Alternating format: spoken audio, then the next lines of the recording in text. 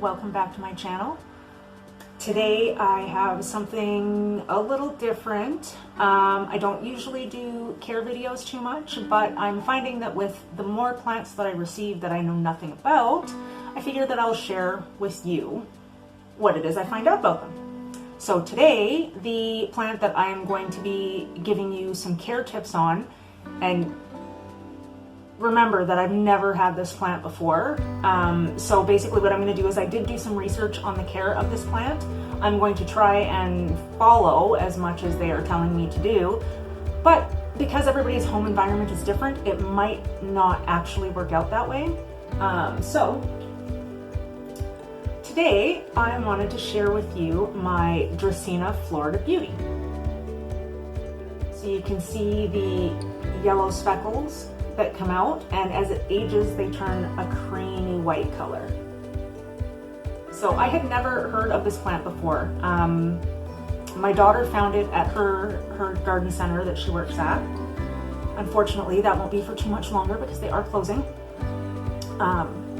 She found this plant and she put it aside for me, knowing that I do like to, you know, experiment and try and grow plants that I've never known anything about. So for the most part, I'm assuming, because I haven't gotten into the care yet, but I am assuming that the care requirements for this plant will be typical of other Dracaenas.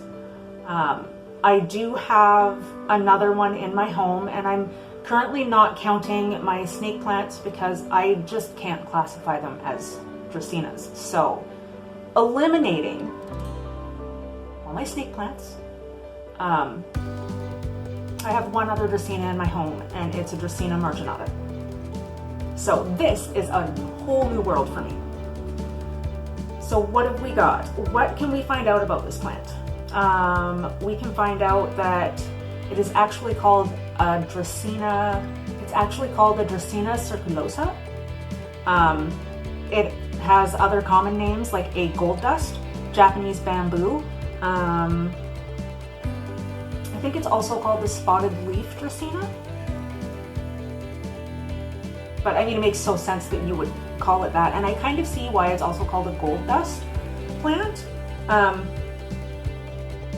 You know, as it matures, it's a little less gold, but that's fine. It's got a lot of yellow on it. I just recently transplanted it, and I did do a video. I did a repot video, and I just didn't like it. So that is part of the reason why this video is late this week. Because the one that I did have lined up, once I went into editing, I just didn't like it at all.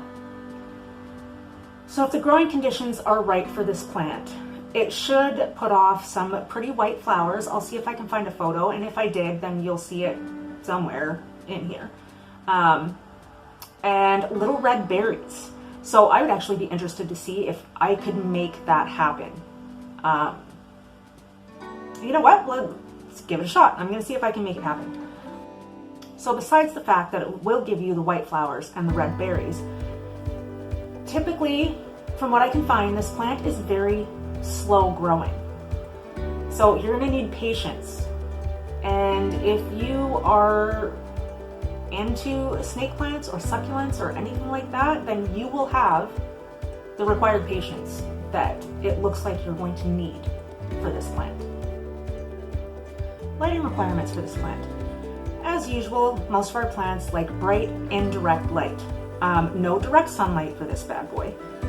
Just a bright spot where if you can comfortably read a book with no extra additional lighting, you should be good. And as typical of any other plant that has any sort of variegation, if you give it a little bit more light, you will get more variegation and a little bit of faster growth. The important thing is to keep in mind that you should let it dry out. The first top inch of the soil, let that dry out, and then water it. Just like any other plant, in the winter it will grow even slower than it would at any other time of the year. And considering that I got this in, when did I get this? August or September, I've not actually seen any new growth happen. I doubt that I will. I mean, I do have, I don't know if you can see it here, but there is 2 new stalks. There's one right here, and the other one is just down in there. They have gotten a little bit bigger since I've had it, but really not by much. And now that I transplanted it earlier this week, it's probably gonna be even slower, but that's okay. Now these leaves are shiny and glossy. They feel a little leathery. Apparently from what I've found, they do like to have their leaves cleaned on a regular basis, which is fine with me because I actually do a once a month like leaf clean. I go room by room. I pick a different day because I just have way too many rooms to have plants in them. I pick a different day and I will go through and I will clean all the leaves and check their care and stuff like that. I've found for me that it's easier to go room by room than kind of plant by plant. It actually makes me feel a little bit more structured when it comes to that. I mean, I don't have a watering routine. I do find that on Wednesdays and Sundays are the days that I'll go around and check to see what needs watering, but I still mostly go room by room in order to accomplish that. Now, one of the things that I did find in my research that I thought was very, very odd. You know that with a lot of plants, that if you overwater them, their leaves can turn yellow and drop off. If you underwater them, your leaves can also turn yellow and drop off. And it's the same with the lighting for this plant, apparently. If it's in too bright of light, it doesn't like it. If it's in not bright enough light, it doesn't like it. So I feel like this plant might end up being a little bit of a diva for me, which is interesting because it hasn't been so far.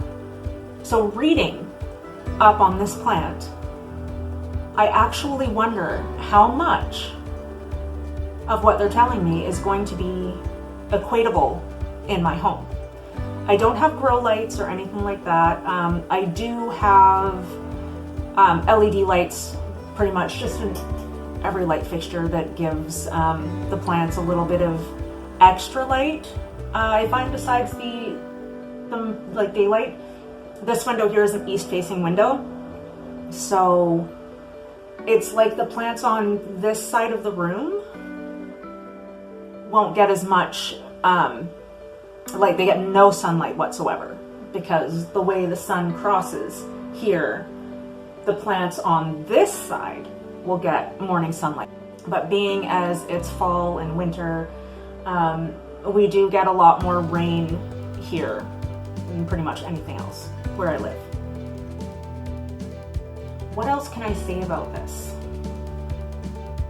One of the things that I don't actually know about this plant that I haven't been able to find out yet is the type of humidity it likes. If it tolerates low humidity, if it tolerates average humidity, or if it needs high humidity.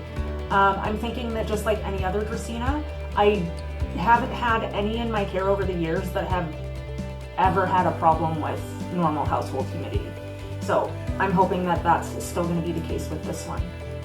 The browning on the leaves I've had since I received the plant months ago. They haven't seemed to get any worse. And I haven't found any other ones on any other leaves. These are just the way it came to me. It looks so much bigger in this pot because when I just transplanted it out of a 4-inch pot, and now for some reason it just looks massive and lopsided. Doesn't it? But that's okay. It's kind of quirky. Pests that I have seen online that apparently like this plant are spider mites and scale. Spider mites I've had off and on. I've had a couple of plants that had spider mites, but I mean, it wiped them out completely. And I just tossed both plants because there was no way for them to survive. And besides that, I think that because I do clean the leaves on my plants on a regular basis, and I am constantly checking because I did have an issue with thrips not that long ago, I am very much like a helicopter plant parent just to make sure that there are no pests. So when it comes to spider mites, I think we can handle it. I have never had scale. Knock on wood. Never had scale. Hoping I never do have scale. Anyway, I think that is probably going to wrap this up for me. The only other thing that I will probably come back to you for with updates about is when I get to the point of propagating this plant. I'm pretty sure you propagate it the same way as you do other Dracaenas, but I could also be very wrong about that. And I have not read up anything about propagation. I didn't even want to go there because I'm not ready for that to happen with this yet. It is acclimated to my home, I think, because we've had no leaf loss. I've actually had no leaf growth, but I haven't had no leaf loss. So if you follow me on Instagram, you'll see my little updates as these two little shoots get bigger, and we will go from there. I hope you all stay safe and well. Please like and consider subscribing to my channel. If you have any questions, please leave them down below in the comments, and I will get back to you as soon as I possibly can. And besides that, I will see you in the next video. Bye.